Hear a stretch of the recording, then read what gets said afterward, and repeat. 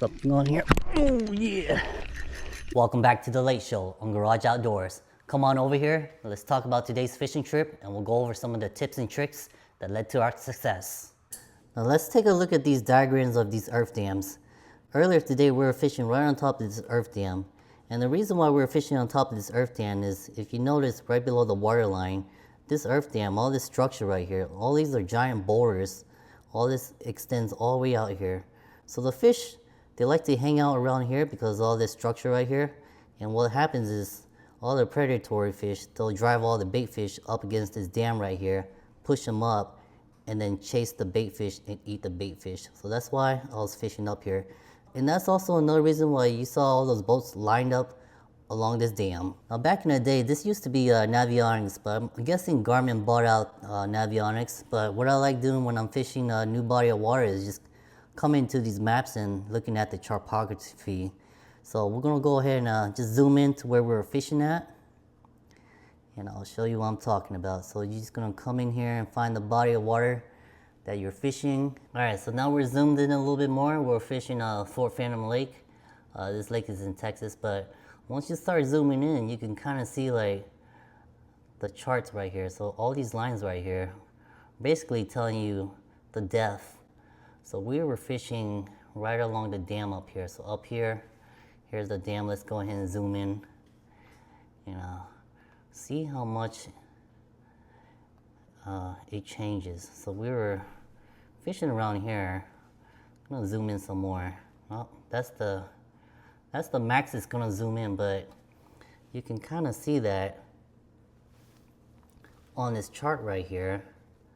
There's a different elevation. So like down here is 34 feet, and then this is probably 30 feet. So this 30 feet line, all that's 30 feet, and then right around here it looks like I can't really tell, but 19, 16 feet. So right off the shoreline right here. So it gets really deep really quick right here. Over here is 27 feet, 31 feet. So you really don't need to cast out that far. And then over here, 44. So here's a deeper part of the water right here. And then right here, 47. This little circle right here, that's how you can tell that if it's a hole or not. And then over here, all the way towards the far right side, 46 and 46. These are two deep holes all the way on the far right side. So that's how you can use these charts to kind of figure out where you want to fish. Right here looks pretty good as well. And then you can't really see it, but it also tells you that right here,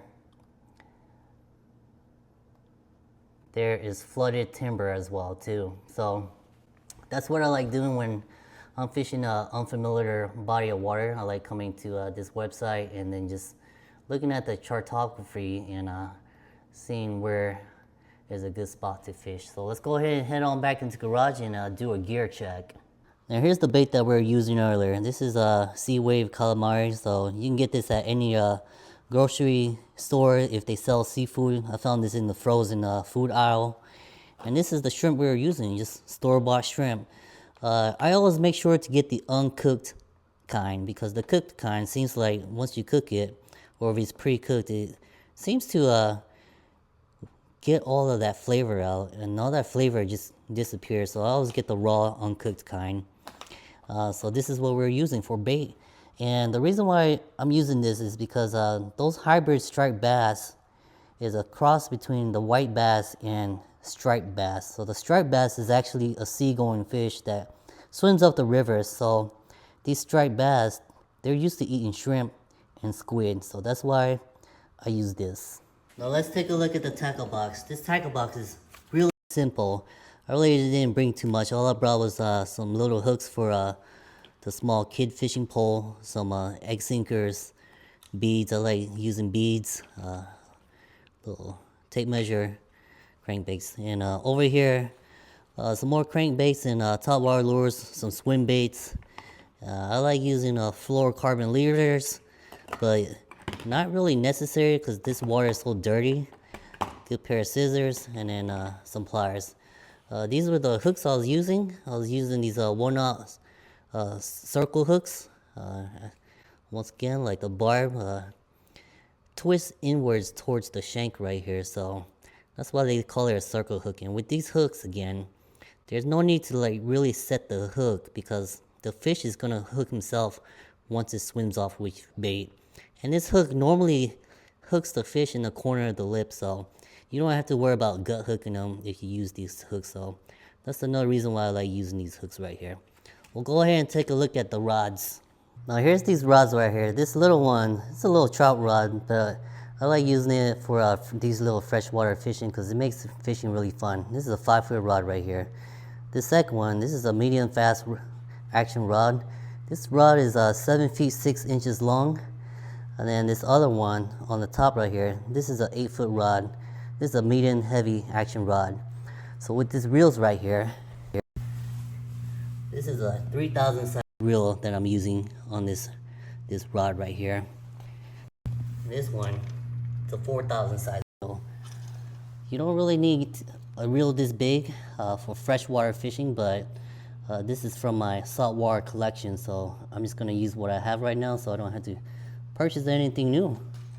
And you might have noticed, but there's a lot of rods over here, and definitely don't need all of this for freshwater fishing, but I used to do a lot of saltwater fishing, so slowly making the transition over to freshwater, and we'll see how it goes. But we'll come back over here and take a look at how this setup is. So all I'm using is just a small hook on this guy right here with a float right here.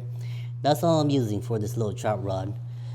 And for this middle one right here, I was free lining shrimp. So what that means is just a hook right here. All I'm using is just a hook. No weight, no sinkers or anything. So right here you can see that I've got it attached to some fluorocarbon leader right here. And then I am using a 10-pound braid right here. So the braid's connected to the fluorocarbon leader right here. And for this last one, also using braid as well. I like using braid because it cuts through the water so much better. But this one's a 1/0 circle hook right here.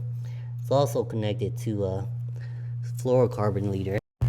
We'll go down here. And I got it tied onto here. So I got a little split shot right here. And then I like using these beads. Got a little bead right here. And then this is a 1-ounce egg sinker. So I like using egg sinkers. Some people like using pyramid sinkers. Now this morning we were greeted with clear skies, calm winds, really no winds at all. That water is nice, flat, calm, and it was perfect for top water lures. But I wanted to try something else because it seems like the top water bite at that lake really not productive whenever I try it. I've only caught one largemouth bass out there, and that was last year. Now some people say that a full moon definitely helps out when it comes to fishing. I'm not sure if that was the case this morning or not, but when I was outside last night just looking around, getting everything ready for today's trip, it did seem like last night there was a full moon. So I'm not really sure if that played a factor or not, or it could have just been the bait. And with the lake being so calm, there seemed like there was no water movement. The bites seem to come when there's a boat passing by and there's wakes. And my theory is that when those wakes come, it's gonna be moving your bait that's in the water column back and forth. And just that subtle movement back and forth is sometimes enough to get that fish's attention to get the bite. And I've noticed the same thing when it comes to saltwater fishing. The bite seems to occur when there's water movement, especially on the outgoing and incoming tides. And considering that these hybrids are crossed between the white and striped bass, definitely makes sense on why the bite occurred when there was water movement. Now time of day also plays a factor as well. So for these fish, I got there around, it was probably about 7:45, and I fished all the way up until about 11. Once it hit 11 o'clock, I started catching catfish, and I knew it was time to head on home. And what I've noticed is that midday fishing is really not too productive. Usually doesn't pick back up until close to sunset. I did catch a pretty good sized hybrid striped bass. He was probably about 16 and 7 inches, and I ended up letting him go. I really wish my GoPro wouldn't have died during that time because it would have been a really awesome fight. He did peel some drag, and that really got my blood pumping. But unfortunately, I only got the video at the end once I hauled him in. But it was a good fight, and I look forward to catching even bigger ones next time. Now something that you guys might have noticed during that trip was that there's this bass boat that was just cruising along, and then a couple minutes later he was like cruising back, And I'm pretty sure he was marking fish. That's why he was coming back. But then it really surprised me once he started moving towards me and how close he got to me. I don't think I own the water or anything, but dang, that guy totally crossed my fishing line, and I didn't want to say anything because we're in Texas and everyone's packing in Texas, so you know, it's really can't say or do much. But I remember back in my boating days, I had fishing etiquette, and I stayed away from shore fishermen because at one time I was a shore fisherman and I didn't like it when people crossed my lines like that. He might have thought he wasn't crossing my lines, but you guys saw how far I was casting out, and he definitely crossed my line. So if you're a boater out there, please don't cross shore fishermen's lines. I'm just saying, nobody owns the water. We're all out there trying to catch some fish. Now hopefully you guys enjoyed this episode. I'll plan on doing something very similar to this every time I go out. So remember, join us next time on The Late Show on Garage Outdoors, and remember to hit that like and subscribe button.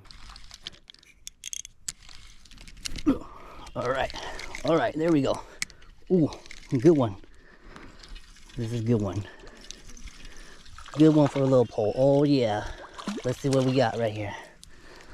All right, guys. Here we go. Little first white bass. Let me get my other camera.